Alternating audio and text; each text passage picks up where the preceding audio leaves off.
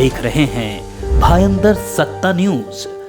मोर्चा लेके आंदोलन करके वो बैट बॉल खेल के रास्ते पे या कुछ भी निंदनीय काम करके लोग नहीं वोट देते। आपको ये 5 साल पहले जो हकीकत हो गई उसकी जानकारी आपके सामने है।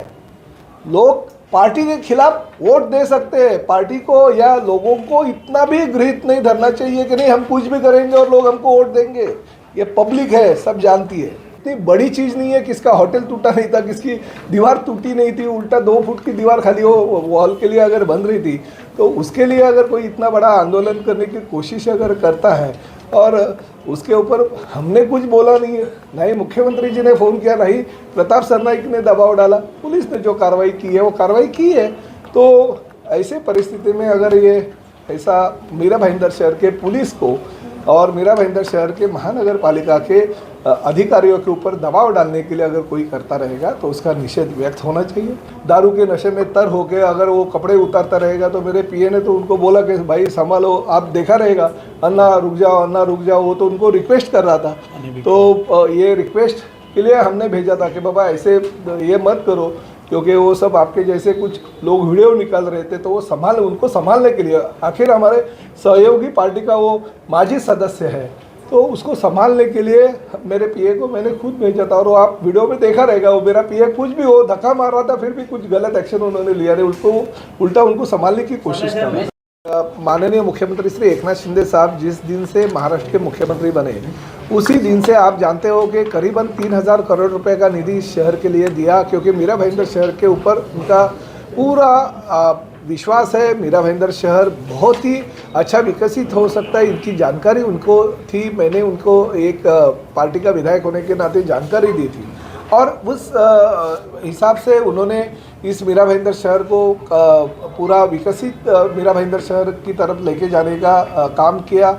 उसकी जिम्मेदारी विधायक के नाते मुझ पर सौंपी, क्योंकि आप जानते हो कि भले दूसरे पार्टी के लोग बार बार चुन के नहीं आते, मगर प्रताप सरनाईक 2009 में खुद के बलबूते पे चुन के आया, क्योंकि तभी तो मनसी की हवा थी राज्य में, फिर भी मैं उस वक्त चुन के आया।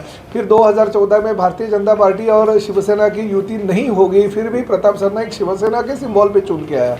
और 2019 में जिस वक्त भारतीय जनता पार्टी और शिवसेना की युति हो गई, तभी आदरणीय नरेंद्र जी मोदी और आदरणीय शिवसेना प्रमुख बाला साहब ठाकरे जी के विचारों के ऊपर मुझे करीबन 84,000 वोटों का मार्जिन मिला और मैं तीसरी बार चुन के आया। तो शिवसेना का विधायक मीरा भाईंदर शहर की जनता बार बार चुन के अगर देती है तो विधायक के नाते मेरा जिम्मेदारी थी इस शहर को विकसित करने के लिए निधि लाने की, क्योंकि मीरा भाईंदर महानगर पालिका की आर्थिक परिस्थिति विकट थी।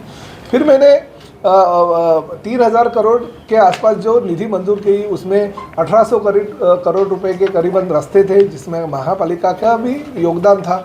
फिर 1200-1300 करोड़ रुपए के उसमें लता मंगेशकर नाट्यगृह था, हमारे इंदिरा बाबूराव सरनाईक कैशलेस हॉस्पिटल था, हमारे घोड़बंदर किला था, शिवाजी महाराज का पुतला था, साथ ही में हमारे लता मंगेशकर के नाम का संगीत गुरुकुल, 4 तरन तालाब, सभी धर्मों के और सभी समाज के लिए हम लोग भवन का निर्माण कर रहे थे। बहुत सारे उद्यान निर्माण हो गए। 50 करोड़ रुपए के आसपास की राशि ये हमारे कुएं को पुनर्जीवित करने के लिए मिला। 150 करोड़ रुपए का निधि जो हमें घोड़बंदर जो खाड़ी किनारे विकसित करना है उसके लिए मिला। 100 करोड़ का निधि जो है चेना river front, Sabarmati river front के धरती पे विकसित करना है उसके लिए मिला।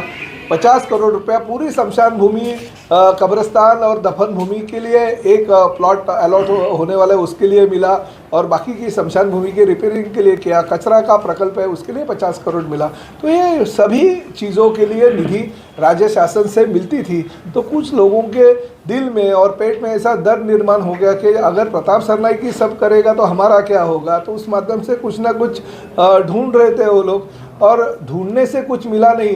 तो MMRDA के माध्यम से जिसे गांव खेड़े में, आदिवासी पाड़े में हम कंक्रीट रोड लेके जा रहे हैं, जो से आज तक बहुत सारी पार्टियों की सत्ता महानगर पालिका में थी, मगर वो 14 नंबर का वार्ड जो है वो विकसित नहीं हुआ था। आज आप देख रहे हैं माशाजा पाड़ा, मांडवी पाड़ा, 4 नंबर एकड़, 4 एकड़, 7 एकड़ में करीबन कंक्रीट रोड बहुत बड़े पैमाने पे निर्माण हो रहे हैं। ये चेना गांव का भी वो कंक्रीट रोड का काम जब भी चालू था, किसी भी होटल और किसी भी बार को कोई तोड़ने की महानगर पालिका की भी इच्छा नहीं थी। सिर्फ जो आइलैंड बन रहा था उसमें 2 फुट की दीवार अगर बन रही थी तो उसका विरोध करने के लिए अगर कोई आता था और उसका बैकग्राउंड अगर देखें तो 14 लेडीज़ बार, पीटा, पोस्को जैसे गुना उसके ऊपर है, 4 से 5 उनके ऊपर ये जो लॉजिंग बोर्डिंग है वो उनका व्यवसाय है।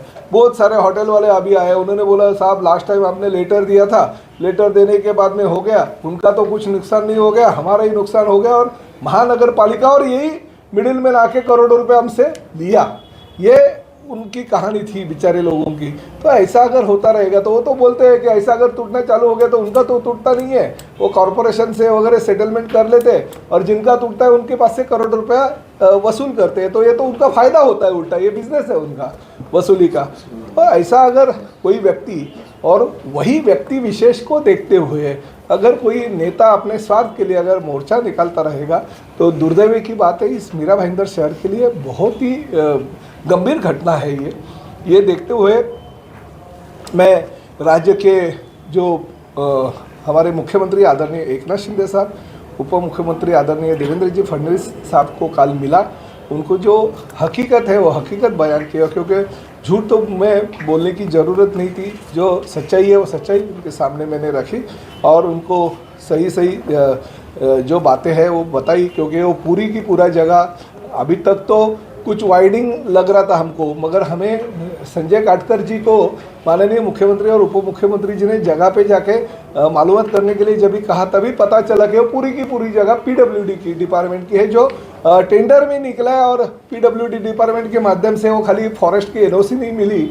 इसलिए अभी तक रुका, नहीं तो पूरा वाइडिंग में पूरा का पूरा जाने वाला है, तो रुकने वाला नहीं। तो अभी दीवार के लिए जो आ गया है वो पीडब्ल्यूडी का रास्ता अगर हो जाएगा तो पूरा तो बार ही टूटने वाला है। तो भले वो लंबी की बात है, मगर मेरा यही कहना है कि ऐसी चीज़ों के ऊपर राजनीति अगर कोई करता रहेगा तो मुझे उसका निषेध करना चाहिए। क्योंकि हम लोग आदरणीय नरेंद्र जी मोदी के नेतृत्व में चलने वाले भारतीय जनता पार्टी के साथ हमने युति की है।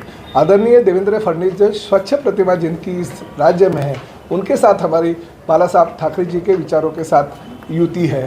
तो ऐसे भारतीय जनता पार्टी की युति अगर ऐसे कुछ लोगों को जो व्यक्ति विशेष लोग हैं उनके लिए अगर आंदोलन या मोर्चे निकालते रहेंगे तो निश्चित तो व्यक्त होना चाहिए।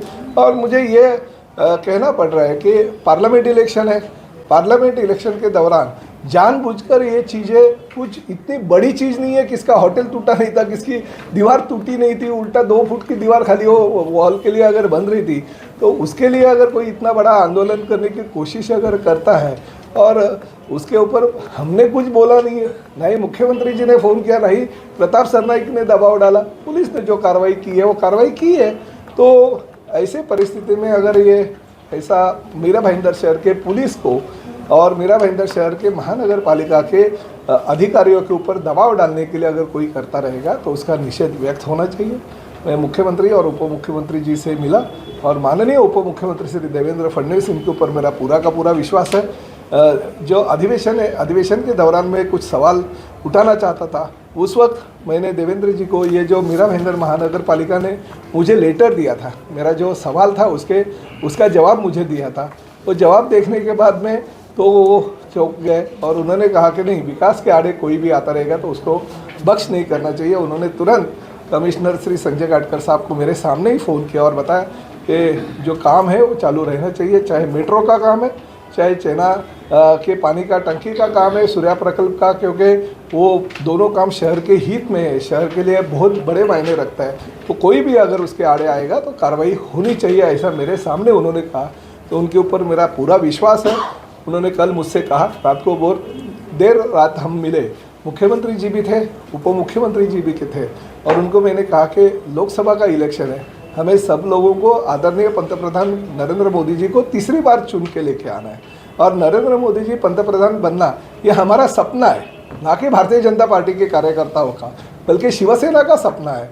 और वो सपना टूटने के लिए अगर कोई ऐसे कोशिश करता रहेगा तो उसका हम लोग निषेध करते हैं। उन्होंने तुरंत मुझसे कहा कि मालूमात जो है वो मैं निकालता हूँ। उन्होंने मुख्यमंत्री जी ने आदरणीय पुलिस कमिश्नर साहब से बात की, पूरी डिटेल जानकारी ली, संजय काटकर जी को पूरा अहवाल देने के लिए कहा तो ये जो चीज़ें हो रही थी उसके ऊपर 101% कोई ना कोई जरूर देवेंद्र जी और एकनाथ शिंदे साहब निर्णय लेंगे।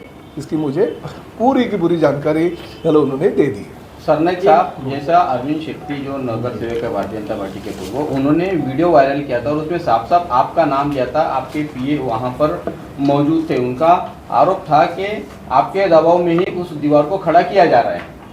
तो देखिए, उसमें ये प्राइवेट काम तो है ही नहीं, ये तो MMRDA का और महानगर पालिका का संयुक्त काम है।